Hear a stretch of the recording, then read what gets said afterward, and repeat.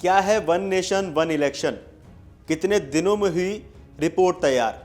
कितने देशों की चुनाव प्रणाली का किया गया अध्ययन? वन नेशन वन इलेक्शन लागू होने के बाद क्या बदलाव होंगे?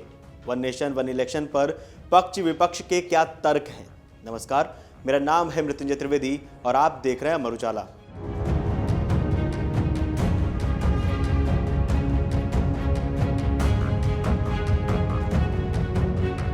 एक देश एक चुनाव पर सिफारिशें देने के लिए गठित पूर्व राष्ट्रपति रामनाथ कोविंद समिति ने 191 दिन में अपनी रिपोर्ट तैयार की है। भारत में लोकसभा और राज्य विधानसभाओं के चुनाव एक साथ कराने पर अपनी रिपोर्ट देने से पहले दक्षिण Africa, Sweden, Belgium, Germany, Japan, Indonesia और फिलीपींस में चुनाव प्रक्रियाओं का अध्ययन किया गया। इन देशों में एक साथ चुनाव होते हैं। वन नेशन वन इलेक्शन के लिए प्रधानमंत्री नरेंद्र मोदी ने सबसे पहले साल 2019 में 73वें स्वतंत्रता दिवस के मौके पर एक देश एक चुनाव के अपने विचार को आगे बढ़ाया था।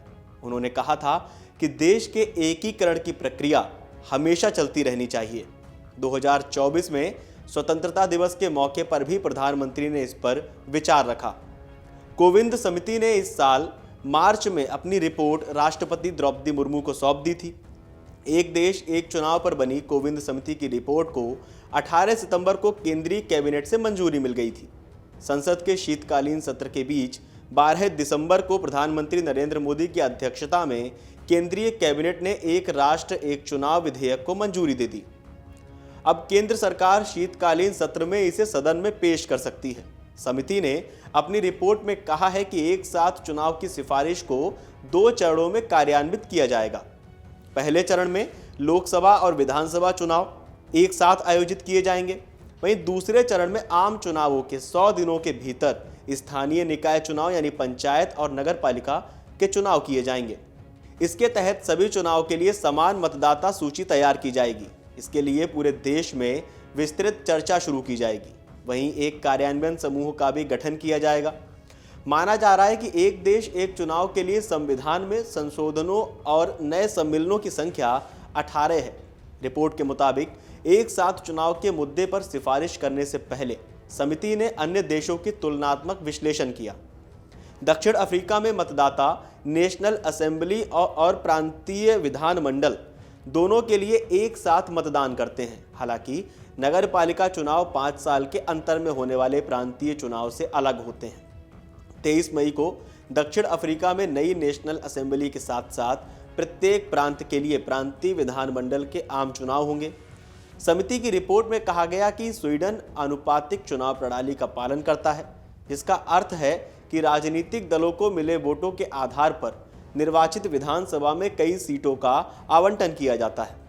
यहाँ ऐसी प्रणाली है जिसमें संसद, काउंटिंग परिषदों और नगर परिषदों के लिए चुनाव एक ही साथ होते हैं। ये चुनाव हर 4 साल में सितंबर के दूसरे रविवार को होते हैं, जबकि नगर पालिका के चुनाव हर 5 साल पर सितंबर के दूसरे रविवार को होते हैं। रिपोर्ट में कहा गया है कि समिति के सदस्य और संविधान विशेषज्ञ सुभाष सी कश्यप ने जर्मनी की संसद बुंडेस्टाग में चांसलर की नियुक्ति की प्रक्रिया के अलावा अविश्वास प्रस्ताव से संबंधित रचनात्मक वोट के जर्मन मॉडल का समर्थन किया। उन्होंने उस प्रक्रिया के बारे में भी बताया जो जापान में अपनाई जाती है। जापान में प्रधानमंत्री को पहले राष्ट्रीय संसद डाइट की ओर से नियुक्त किया है और उसके बाद सम्राट उसे अपनी मंजूरी देते हैं। उन्होंने जर्मन और जापानी मॉडल के समान मॉडल अपनाने की वकालत की।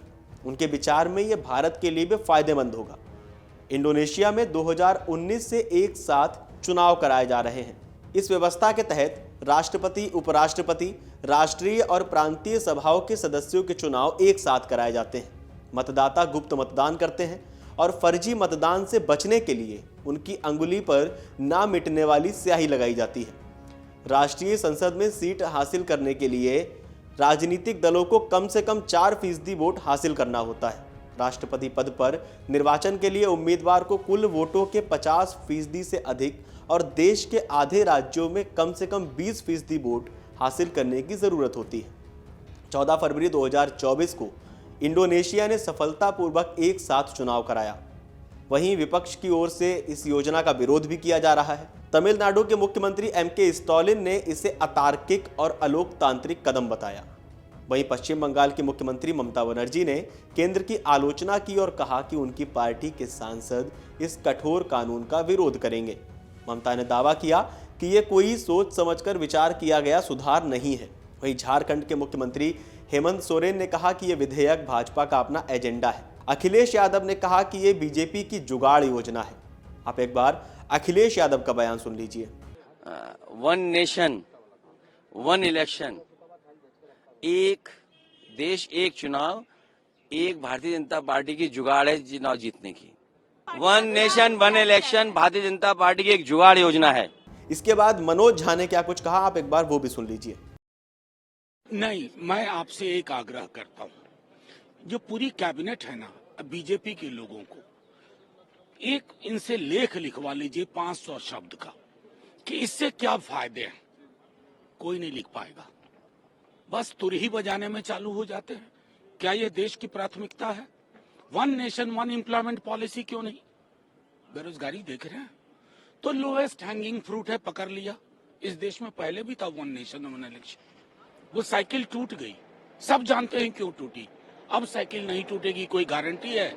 या प्रॉक्सी गवर्नेंस चलेगा गवर्नर के माध्यम से? ये सब विषय है। मसौदे देखिए, लेकिन लेख लिखवाइए बीजेपी के कैबिनेट मिनिस्टर से और मेंबर से, कोई नहीं लिख पाएगा। संविधान पे भी आज से चर्चा शुरू हो रहा है लोकसभा में। ये बेहद खुशी की बात है कि एक ऐसे दौर में जब आघात बहुत है संविधान पे, समतामूलक समाज को लेकर के, बंधुत्व को लेकर के, मैं समझता हूं वैसे दौर में इस पर बहुत आवश्यक है कि विशद चर्चा हो। उधर भाजपा और अन्य सहयोगी दलों ने एक साथ चुनाव कराने के लिए सरकार की ओर से पारित विधेयक की प्रशंसा की और कहा कि ये समय की मांग है। सांसद कंगना रनौत ने कहा कि हर 6 महीने में चुनाव कराने से सरकार पर काफ़ी वित्तीय बोझ पड़ता है। हर साल मतदान प्रतिशत में कमी आ रही है। ये समय की मांग है और हर कोई इसका समर्थन करता है। कृषि राज्य मंत्री भागीरथ चौधरी ने कहा कि एक राष्ट्र एक चुनाव देश के लिए अच्छा होगा। लोक जनशक्ति पार्टी के नेता केंद्रीय मंत्री चिराग पासवान ने कहा कि इस फैसले से विकास को बढ़ावा मिलेगा। आप एक बार चिराग पासवान का पूरा बयान सुन लीजिए। नेशन वन इलेक्शन देश के लिए बहुत जरूरी है। जिस तरीके से हर दूसरे तीसरे महीने देश के किसी न किसी राज्यों में चुनाव की वजह से जिस तरीके से मशीनरी डिप्लॉयमेंट, जिस तरीके से उस राज्य में विकास की योजनाओं को कहीं ना कहीं रोका जाने की जरूरत पड़ती है, मुझे लगता है इससे उस राज्य का भी नुकसान होता है, देश का भी नुकसान होता है। ऐसे में जरूरी है कि देश में एक साथ चुनाव हो ताकि उसके बाद अगले 5 साल तक भारत का संघीय ढांचा विधिवत तरीके से देश और अलग अलग राज्यों के विकास के कार्यों की योजनाओं को धरातल पर उतारने का कार्य करे। इसी सोच के साथ वन नेशन वन इलेक्शन को लाया जा रहा है। प्रधानमंत्री आदरणीय नरेंद्र मोदी जी की ये सोच रही है, जिसका मजबूती से हम तमाम घटक दल, लोक जनशक्ति पार्टी रामविलास भी मजबूती से इस सोच का समर्थन करती है। मैं मानता हूं कहीं ना कहीं आज की तारीख में देश की अर्थव्यवस्था को मजबूती देने के लिए, देश में विकास के कार्यों को गति देने के लिए देश भर में एक साथ चुनाव हो। हाल फिलहाल में ही अभी 5-6 महीने पहले ही हम लोग लोकसभा का चुनाव लड़कर आए, उसके ठीक बाद हरियाणा और जम्मू कश्मीर में चुनाव हुए, उसके ठीक बाद झारखंड महाराष्ट्र में चुनाव हुए। अब हम लोग दिल्ली चुनाव की तैयारी कर रहे हैं, इसके बाद बिहार में होंगे, फिर असम में होंगे। तो हर दूसरे तीसरे महीने जिस तरीके से देश के किसी न किसी राज्य में चुनाव होता है, उससे उस राज्य की के विकास के कार्यों को, परियोजनाओं को जिस तरीके से गतिरोधक मिलता है, इन तमाम व्यवस्थाओं को सुधारने के लिए और 5 साल तक सरकारें सुचारू रूप से संघीय व्यवस्था के साथ कार्य कर सके, वन नेशन वन इलेक्शन मुझे लगता है समय की अब जरूरत है। कांग्रेस विरोध कर रही है। कांग्रेस हर चीज का विरोध करती है। हर वो सोच जो प्रधानमंत्री नरेंद्र मोदी जी के द्वारा लाई जाती है उसका कांग्रेस ने विरोध ही किया है, जबकि हकीकत में देश जब आजाद हुआ था इसी सोच के साथ चुनाव कराने की व्यवस्था को तैयार किया गया था कि 5-5 साल तक राज्य की भी सरकारें चलेंगी, देश की भी सरकारें चलेंगी, जब तक बीच में सरकारों का गिरना और उस राज्यों में चुनाव होना नहीं शुरू हुआ था। बट जैसा मैंने कहा कि देश की अर्थव्यवस्था को और विकास को गति देने के लिए वन नेशन वन इलेक्शन आज की तारीख में देश की जरूरत है। वर्षिप एक्ट को लेकर के सुप्रीम कोर्ट ने केंद्र सरकार से अपडेट मांगा, इसको लेकर क्या कहेंगे? नहीं, ठीक है, सुप्रीम कोर्ट के द्वारा जो भी दिशा निर्देश दिए गए हैं उसका पूरे सम्मान के साथ पालन किया जाएगा। वन नेशन वन इलेक्शन को लेकर आपका क्या मानना है, हमें कमेंट करके बताइए और देखते रहिए अमर उजाला। अगर आप ये वीडियो YouTube पर देख रहे हैं तो हमारे चैनल को सब्सक्राइब कर बेल आइकन दबाएं और Facebook पर देख रहे हैं तो हमारे पेज को लाइक करें। 8 मिलियन प्लस सब्सक्राइबर, आपके इस भरोसे के लिए बहुत धन्यवाद।